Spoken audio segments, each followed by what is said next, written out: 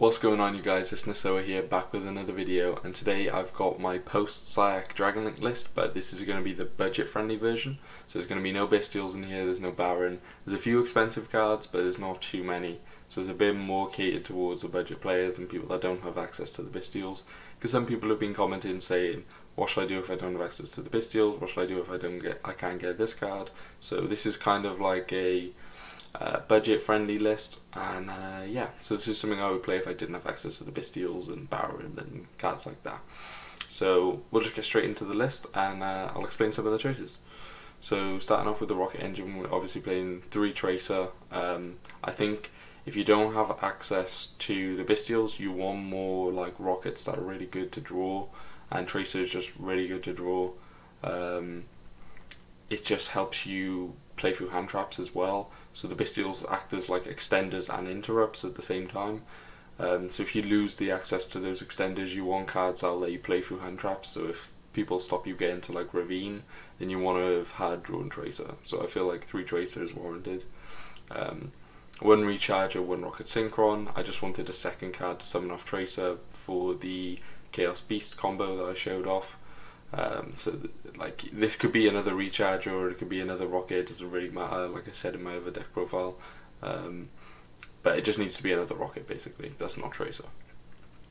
Absolute to send it off Ravine, 3 Quick Launch, Boot Sector, that's pretty standard. Then we're still playing the Chaos package, so 3 Safeharts, White Dragon, Black Dragon and Levy. With 3 Chaos Spaces. I think this is just standard as well. Maybe you can cut down on the Safeheart if you're really worried about like draw and stuff like that, because it's pretty bad into draw. But I still think Safeheart is just such a strong card. Ravine, because it gets you access to your Rocket Engine, and it's just a really good card. Searchable as well. Apple Dragon, this is just really cool with the combos that I showed with Chaos Beast, and I don't think it's going to be that expensive, so I'm going to include it here. It's just really cool, level 2 dragon that just helps you combo, so like, why not play it? Red Eyes Darkness Metal for helping you play through Nib on the seals. A Black Metal because you're playing Red Eyes, you might as well play an extra dragon starter, so you've got like 4 good normal summons now. Fallen of Albaz, this is to summon off seals, and then you can fuse with an opponent's monster that's used, that was summoned from the extra deck, so like a fusion, Synchro with your link.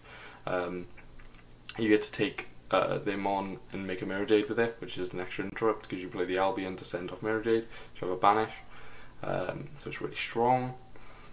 It just makes your seals a bit better, because before seals was just getting you a Magnamute, which is getting you follow up, but if you don't have access to the Magnamute, you want the seals to just be a bit more impactful. So if they're like Imperm seals, then you're summoning Fallen of Albaz and you're still getting like loads of interrupts off it, so it's really cool. 3 Ghost Ogre, I think this is just really good. Post-Syac is going to be that kind of format where we play Ghost Ogre again. It is what it is. 1 Callby, because again, like I said with the Bestials, they act as like extenders to help you play through hand traps. If you don't have them, I think Callby is a good choice to main. If you're not maining it, then I'd say definitely side it, just for when you go first.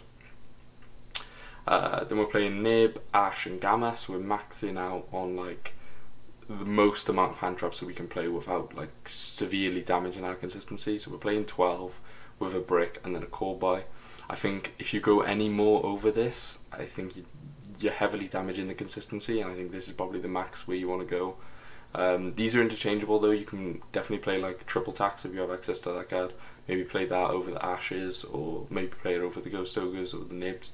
Whatever you want to do. These are definitely changeable. You can play Imperms as well.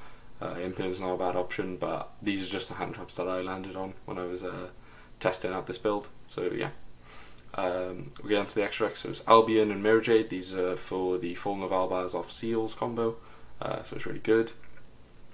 If you don't have access to the Bestials, it's probably the best thing you can be doing.